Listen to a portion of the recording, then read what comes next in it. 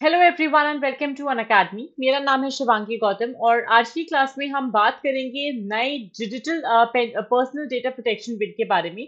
क्या है ये नया digital personal data protection bill जो कि सरकार ने बोला था सुप्रीम कोर्ट को वो मॉनसून सेशन में इंट्रोड्यूस करने वाले हैं।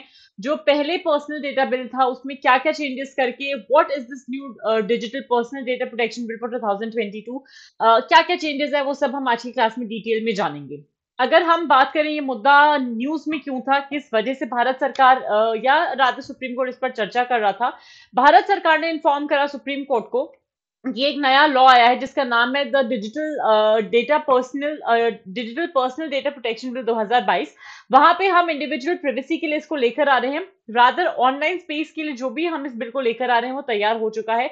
मॉनसून सेशन में इसको हम पेश करेंगे पार्लियामेंट में जुलाई में, जहां पे जो अटॉर्नी जनरल है भारत सरकार के आर वेंकट रमानी, उन्होंने ये बोला। रादर एक कॉन्स्टिट्यूशन का बेंच आया था सुप्रीम कोर्ट में और लेड बाय जस्टिस के एम जोसेफ, जहां पर उन्होंने बोला कि इस बिल से रिलेटेड जो भी चर्चा की जाएगी पार्लियामेंट के मॉनसून सेशन में की जाएगी। क्या है इसके प्रिंसिपल्स, आइडिया क्या है इस ड्राफ्ट के पीछे का। जब हम digital personal data protection bill की बात कर रहे हैं, सिद्धांतों की बात कर रहे हैं, कौन से प्रिंसिपल्स को लेके ये बनाया गया है, किस चीज पे फोकस किया गया है। There are 7 guiding principles behind the data protection bill.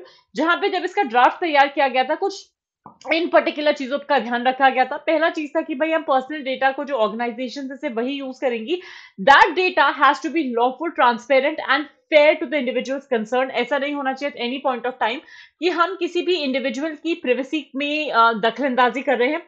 Limited purpose होना चाहिए। पर्सनल डेटा को सिर्फ उन्हीं पर्पसेस के लिए इकट्ठा करना चाहिए जब it is required for some sort of let's say for some sort of an experiment, और जिस भी पर्पस के लिए चाहिए, and the purpose has to be defined. आप बिना उसके पर्सनल डेटा इकट्ठा नहीं कर सकते। डेटा मिनिमाइजेशन होना चाहिए, मतलब सिर्फ वही आइटम्स पर्सनल डेटा में चाहिए होते हैं जो स्पेसिफिक पर्पस के लिए चाहिए, उसी को कलेक्ट करो। आलतू फालतू चीजों की जरूरत नहीं है। केस इन पॉइंट, अगर आपको मेडिकल टर्म्स पे डेटा चाहिए, इंश्योरेंस, हेल्थ इंश्योरेंस वगैरह के लिए डेटा चाहिए, आप उनका एज जान सकते हो, कोई पुरानी हिस्ट्री जान सकते हो मेडिकल इलनेस की, एंड उनका ब्लड ग्रुप। ये चीजें इंपॉर्टेंट होंगी। उनके बैंक बैलेंस में कितना पैसा है, that does not lead to the data, to the health insurance part. Accuracy होनी चाहिए पर्सनल डेटा की, भाई रीजनेबल एफर्ट होना चाहिए कि भाई जो पर्सनल डेटा है इंडिविजुअल का दैट इज एक्यूरेट, उसको अपडेट करते रहिए, ताकि ऐसा ना हो कि it might happen that from the time जब उन्होंने हेल्थ इंश्योरेंस साइन अप करा था and when they were claiming, कोई भी दिक्कतें आ सकती हैं, हेल्थ का सिचुएशन डेटेरिएट हो सकता है, they might unfortunately get some illness. उन सब चीजों का भी ध्यान देना चाहिए, वो अपडेशन होना चाहिए। लिमिटेड क्योंकि स्टोरेज है इस पर्टिकुलर ड्यूरेशन के लिए, तो जितना भी नेसेसरी होगा उस स्टेटेड पर्पस के लिए सिर्फ उतना ही डेटा कलेक्ट कीजिए, उससे फालतू का डेटा स्टोर करने की जरूरत नहीं है। रीजनेबल सेफगार्ड्स होने चाहिए कि भाई किसी भी तरीके से हम अनऑथराइज डेटा को कलेक्ट नहीं कर रहे हैं, प्रोसेस नहीं कर रहे हैं पर्सनल डेटा को।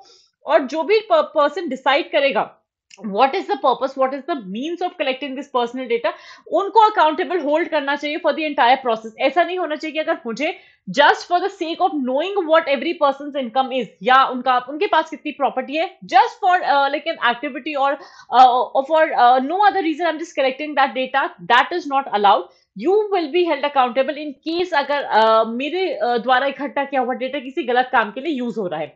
अब की फीचर्स क्या थे, मुख्य विशेषताएं क्या थी इस digital personal data protection bill की। डेटा प्रिंसिपल पे फोकस किया गया, डेटा फिड्यूशरी पे फोकस किया गया, इसी के साथ साथ हम बात करें एक्सेस टू इन्फॉर्मेशन, इन चीजों पे फोकस किया गया।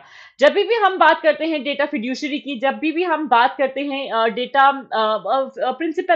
प्रिंसिपैलिटी की, इन सारी चीजों का जो यथागत पर्पस होता है वो क्यों होता है, वो हम किस रीजन की वजह से लाते हैं, and the most important reason for the same has to be कि भाई over a period of time जो भी डेटा लोगों का इफेक्ट कलेक्ट किया जा रहा है, वहां पे हम उसको कोलैबोरेट करके या रादर एक जगह रखे, अमालगमेट करके कैसे रख सकते हैं in the simplest of terms. हम जब डेटा प्रिंसिपल की बात कर रहे हैं, कोई भी इंसान जो 18 साल के ऊपर है उनके डेटा के लिए रिस्पॉन्सिबल वो खुद है, बट अगर कोई भी बच्चा उस डेटा के लिए मान लो आप किसी माइनर का डेटा इकट्ठा कर रहे हो, then who will be responsible for that, the lawful guardian will be responsible for that.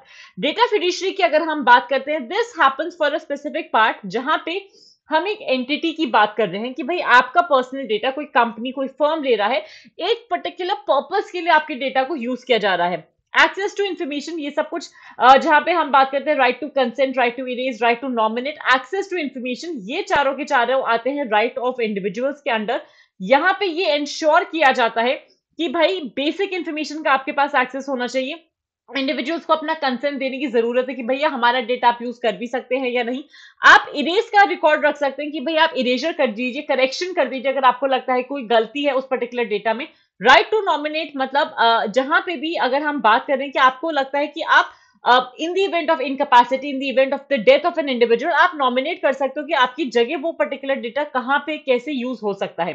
Data protection board को बनाया जाएगा for the cross border data storage. Along with that data protection board का एक काम होगा कि ये जो बिल आ रहा है whether it is being complied by the regulator or the required resources or not। नया ये जो इंडियन डेटा प्रोटेक्शन बिल आया है 2023 का, जो अपडेट्स आए हैं 2022 वाले, इसमें क्या चेंजेस आए हैं फ्रॉम द प्रीवियस बिल जो 2019 वाला था, क्या क्या बदलाव आए हैं वो देखते हैं। नया वाला जो बिल है वो सिग्निफिकेंट कंसेशंस दे रहा है क्रॉस बॉर्डर डेटा पे। प्रीवियस बिल में ये सारी चीजें इतनी ज्यादा नहीं थी, जहां पे लोकल स्टोरेज होता था डेटा का। अलॉन्ग विद दैट एक रिलेटिवली सॉफ्टर स्टैंड है यहाँ पे डेटा का, डेटा लोकलाइजेशन से रिलेटेड, जहां पे डेटा को ट्रांसफर किया जा रहा है, ग्लोबल डेस्टिनेशन को सिलेक्ट किया जा रहा है ताकि country to country trade agreements में कोई भी दिक्कतें ना आए। बिल रिकग्नाइज कर रहा है डेटा प्रिंसिपल्स को, जहां पे पोस्टमार्टम प्रिवेसी यानी विड्रॉ कंसेंट है, जो कि 2019 वाले बिल में नहीं था और एक ज्वाइंट पार्लियामेंट्री कमेटी ने इसको बताया। अब अगर हम एक पूरी जर्नी देखें, अगर हम एक टाइमलाइन फॉलो करें, तो भाई 2023 आ गया है, मॉनसून सेशन आने वाला है।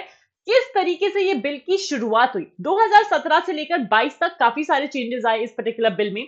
2017 में हमने देखा श्री कृष्णा कमेटी बनी जिसने रेकमेंड करा डेटा प्रोटेक्शन फ्रेमवर्क को। 2017 के अगस्त में सुप्रीम कोर्ट ने बोला राइट टू प्राइवेसी एक फंडामेंटल राइट है किसी भी इंडिविजुअल का, एज द पुट्टस्वामी केस। 2018 में जेएसकेसी ने सबमिट करी थी रिपोर्ट टू मीटी which is the minister of electronics and information technology कि भैया आप एक पर्सनल डेटा बिल बनाइए, डेटा प्रोटेक्शन बिल जिसको हम पीडीपी के नाम से जानते हैं। 2019 में सरकार ने कुछ कुछ अमेंडमेंट्स करे इसमें। 2019 में फिर से इसको रेकमेंड किया गया to the joint parliamentary committee, जहां पे 2021 में जब जेपीसी की बैठक हुई उन्होंने 81 रिकमेंडेशंस दिए इस बिल में।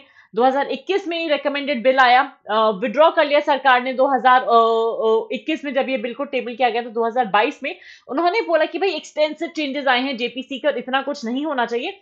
अब फाइनली डीपीडीपी जो बिल आया है हमारा, the data personal protection bill 2022 का, ये पब्लिक कंसल्टेशन के लिए भी आया and it will be put forward in the parliament in the coming monsoon session. Right to privacy, personal data से रिलेटेड जितने भी लॉज हैं, अगर हम बात कर रहे हैं in terms of India strengthening the data, India किस तरीके से अपने डेटा रेजिम को स्ट्रेंथन करने की कोशिश कर रहा है, इंडिया किस तरीके से country to country trade agreements में चाहता है कि हम एक ही सिंगुलर पाथ पे चले। ये अपने आप में एक बहुत इंपॉर्टेंट टॉपिक है जिसपे रेकरिंगली क्वेश्चंस आए गए हैं। 2021 का ये प्रीवियस प्रीलिम्स का क्वेश्चन है जहां पे पूछा गया था कि भाई राइट टू प्राइवेसी को out of the given four किसके थ्रू प्रोटेक्ट किया जाता है। Do give the answer to this question in the comments.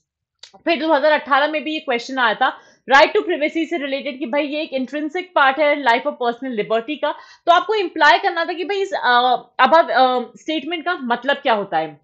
इसका आंसर भी आप लोग कमेंट्स में जरूर बताइएगा। Before I wind up, a super quick reminder about the new batches that we starting at Unacademy.